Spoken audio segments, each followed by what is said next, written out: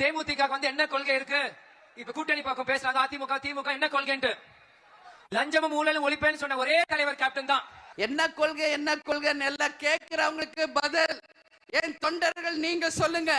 இனிமேல் தேமுதிகவுக்கு வெற்றி ஒன்றுதான் கொள்கை, வெற்றி ஒன்றுதான் கொள்கை என்பது. இவங்க எல்லாருமே பேசுறது வெற்றி, எத்தனை எம்எல்ஏ இதைத்தான் பேசுறாங்க. மக்களுக்கு நல்லது பண்றது யாரும் பேச மாட்டேங்கிறாங்க. மக்களுக்கு நல்லது பண்றது யாரும் பேச மாட்டேங்கிறாங்க. இன்னைக்கு காங்கிரஸ் என்ற கட்சி நம்பிராதீங்க. அத வந்து தூண்டில போடுற மாதிரி மீன் மாட்டிக்காதீங்க. நீங்க நல்லா வரணும். ஒரு சின்ன அட்வைஸ் அதுதான். ஏன்னா அவங்க என்ன பண்ணாங்கன்னு விருதுநகர்ல எனக்கு தெரியும். அவங்கள நம்பிராதீங்க. அனைவருக்கும் வணக்கம்.